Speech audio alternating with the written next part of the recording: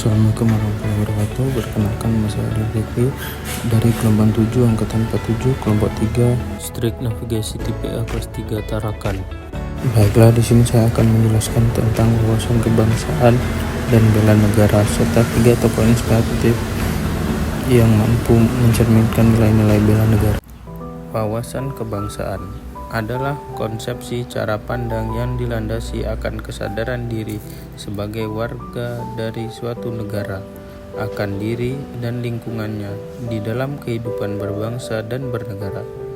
Wawasan kebangsaan juga bisa diartikan sebagai cara pandang bangsa Indonesia dalam rangka mengelola kehidupan berbangsa dan bernegara yang dilandasi oleh jati diri bangsa dan kesadaran terhadap sistem nasional yang bersumber dari Pancasila, Undang-Undang Dasar Negara Republik Indonesia tahun 1945, Negara Kesatuan Republik Indonesia, dan Bhinneka Tunggal Ika, guna memecah berbagai persoalan yang dihadapi bangsa dan negara demi mencapai masyarakat yang aman, adil, makmur, dan sejahtera. Dengan kita memahami apa yang dimaksud wawasan kebangsaan, kita akan mendapatkan kelebihan, yaitu membantu generasi muda mengetahui tentang sejarah dan budaya negara mereka, menghargai perbedaan, serta mengembangkan sikap nasionalisme.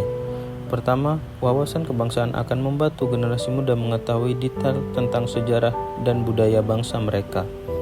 Kekurangannya yaitu jika para generasi bangsa tak berwawasan Nusantara, maka negara Indonesia dapat dijajah lagi oleh bangsa lain, bahkan dapat menjadi negara yang hancur. Hal tersebut disebabkan karena tidak adanya lagi rasa persatuan dan kesatuan di antara para warga negara dan tidak ada rasa untuk melindungi bangsa secara utuh. Selain kelebihan dan kekurangan tadi, dengan mempelajari wawasan kebangsaan juga akan mendapatkan potensi ancaman, yaitu diantaranya menurunnya rasa bangga terhadap tanah air, serta perkembangan globalisasi yang pesat juga akan memberikan potensi terhadap pengaruh buruk. Ancamannya adalah generasi muda akan gampang terpengaruh oleh perpecahan yang diakibatkan oleh kurangnya rasa bangga terhadap tanah air. Ancaman juga dapat terjadi dikarenakan adanya konflik kepentingan, mulai dari kepentingan pribadi hingga kepentingan nasional.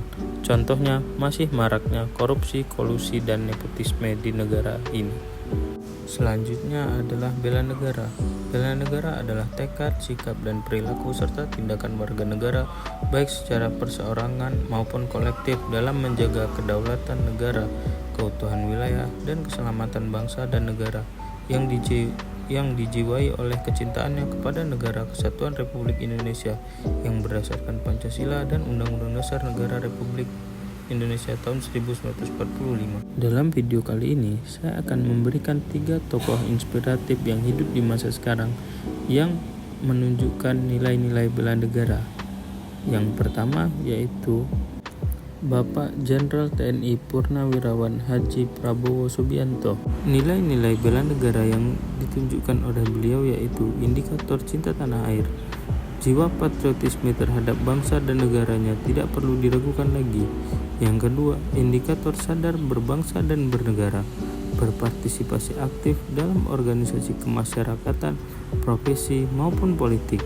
Yang ketiga adalah indikator setia pada Pancasila sebagai ideologi bangsa. Beliau menjadikan Pancasila sebagai pemersatu bangsa dan negara.